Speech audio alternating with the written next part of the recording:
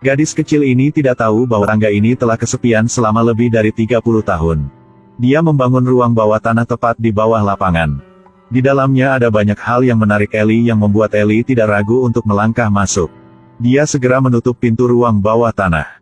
Selain itu, ada banyak boneka di dalam ruang bawah tanah, dia tampaknya sangat tertarik. Tapi setelah beberapa saat, tetangga bilang agak panas, jadi dia melepas jaketnya. Lalu dia menyuruhnya melepas mantelnya juga.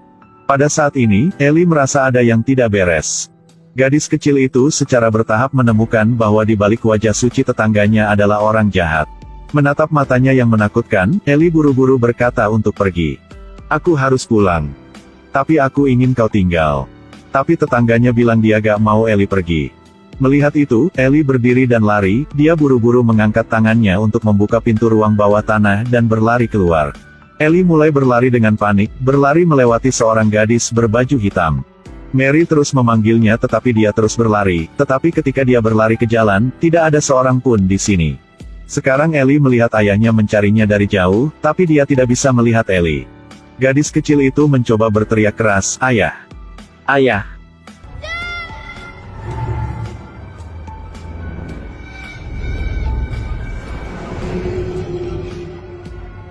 Pada saat ini, semua orang tiba-tiba menghilang di depannya.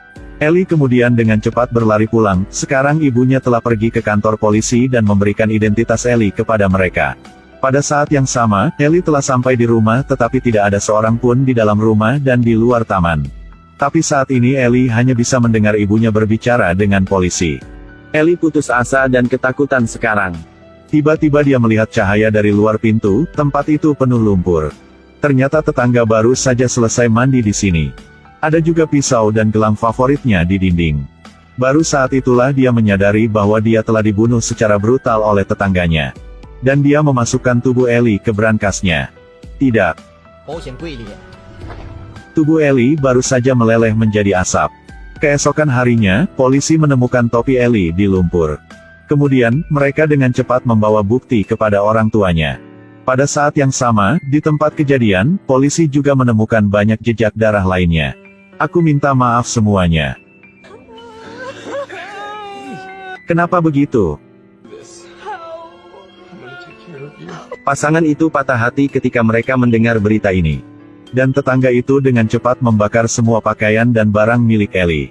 Setelah itu, dia berencana untuk menghancurkan pakaiannya yang berlumuran darah. Tetapi menemukan polisi sedang menyelidiki di dekat rumahnya. Dia bergegas masuk ke dalam rumah dan memasukkan pakaian ke dalam mesin cuci, menunggu sampai polisi mengetuk pintu dan keluar dengan tenang. Melihat wajahnya yang berpengetahuan luas dan lembut, tidak mungkin membuat orang lain curiga. Tetapi ketika dia mengambil foto Ellie dan melihat gelangnya, dia mulai gugup. Karena gelang ini masih tergantung di atas meja. Dan tentu saja detektif polisi akan memintanya untuk memeriksa sekitar rumahnya. Dia diam-diam mengangkat gelang itu dari meja dan dengan lembut memasukkannya ke dalam sakunya. Sekarang Ellie ada di akhirat, dia melihat cinta pertamanya. Ellie mencoba memanggil namanya, tetapi tidak mendapat jawaban. Lek.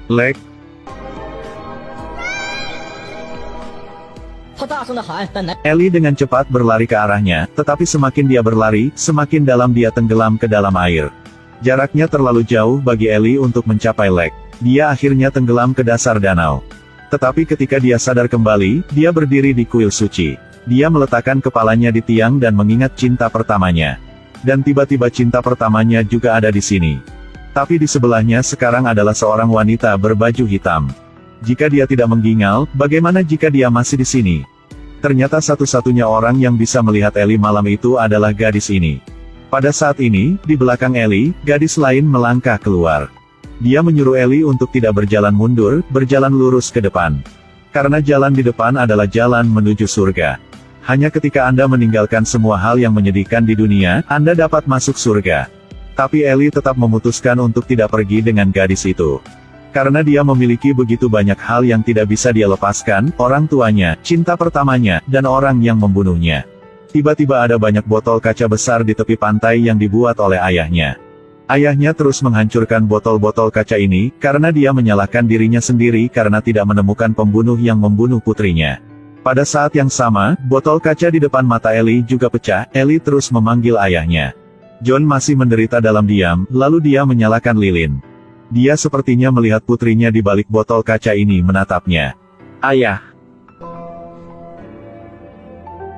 John merasakan keberadaan putrinya, lalu dia memutuskan untuk sekali lagi menemukan pembunuh. Putrinya sangat pintar sehingga tidak mungkin dia mengikuti orang asing. Jadi pembunuhnya pasti seseorang yang cukup akrab dengan sisinya. Setelah 1 tahun menyelidiki kasus ini, dia berhenti dari pekerjaannya.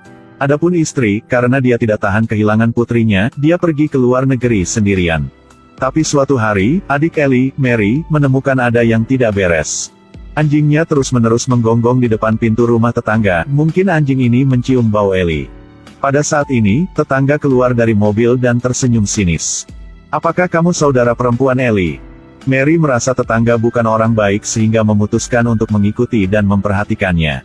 Setiap kali dia pergi jogging, dia berlari melewati rumah tetangga untuk mengamati. Dia juga melihat Mary hari itu sehingga dia tiba-tiba menjadi liar dan dengan cepat menargetkan Mary sebagai target berikutnya. Dia mulai membuat cetak biru untuk jebakan barunya. Hari itu, ayah Ellie sedang melihat foto-foto yang Ellie tinggalkan. Dia melihat foto bunga mawar menutupi wajah tetangganya. Sekarang ayah Ellie ingat bahwa tetangga yang ramah ini menatap Ellie tanpa mengalihkan pandangannya. Setelah itu, John dengan cepat pergi ke rumah tetangga dan secara tidak sengaja menemukan barang-barang yang dia buat. John tahu sekilas bahwa itu adalah jebakan penyergapan. John melangkah lebih dekat dan melihat semak bunga yang dia lihat di foto itu. Karena cuaca musim gugur yang kering, bunga-bunga ini juga layu. Memegang bunga di tangan, tiba-tiba bunga itu mekar lagi. Ini membuat John mengerti bahwa putrinya sepertinya berusaha menyampaikan sesuatu kepadanya. Apa yang akhirnya kamu lakukan putriku? Apa yang kamu lakukan pada putriku? Di mana kamu menyembunyikannya? Cepat bawa dia ke sini. John datang untuk mencari Ellie tetapi tidak menemukan bukti, hampir jatuh ke dalam perangkap tetangga ini. Jika polisi tidak membantunya, dia akan menangani masalahnya sendiri. John mengambil tongkat panjang dan keluar dari rumah. Sekarang Ellie di dunia lain juga telah melihat semuanya. Ellie di dunia ini tidak membenci siapapun, tapi sekarang, dendamnya adalah tetangga. Aku ingin membunuhnya, dia tidak akan bisa hidup dengan tenang.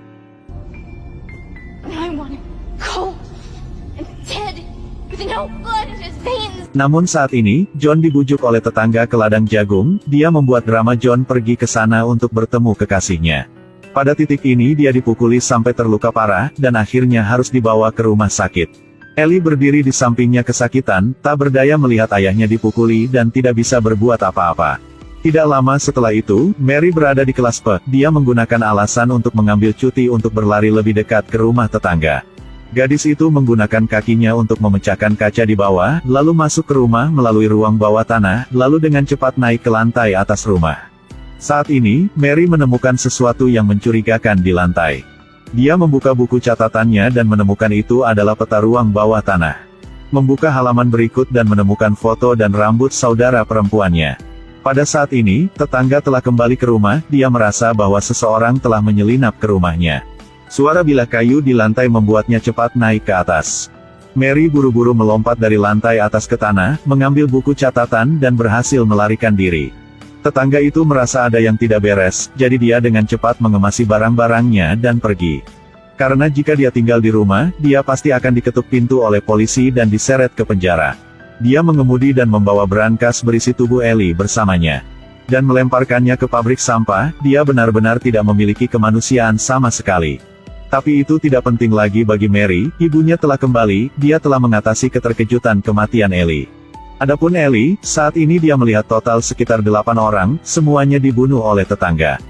ప్రతివాడు తన దోషము చేతనే ముత్తినందును ఎవడు ద్రాక్షకాయలు తిననో వాని పళ్ళే పులియును. Akhirnya Ellie memutuskan untuk melepaskan kebencian itu. Tapi tiba-tiba Ellie berubah pikiran, karena dia pikir dia sendiri memiliki satu hal yang dibatalkan, jadi dia segera kembali ke dunia. Ellie dengan cepat pindah ke tempat gadis yang bisa melihat Ellie, ingin meminjam tubuh gadis itu. 初恋。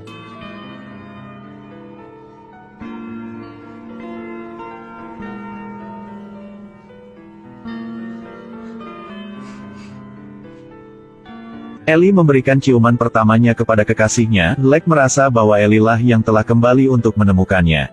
Ciuman mereka panjang dan manis, tapi ciuman pertama ini juga yang terakhir. Akhirnya Eli puas dan kembali ke surga tempatnya berada.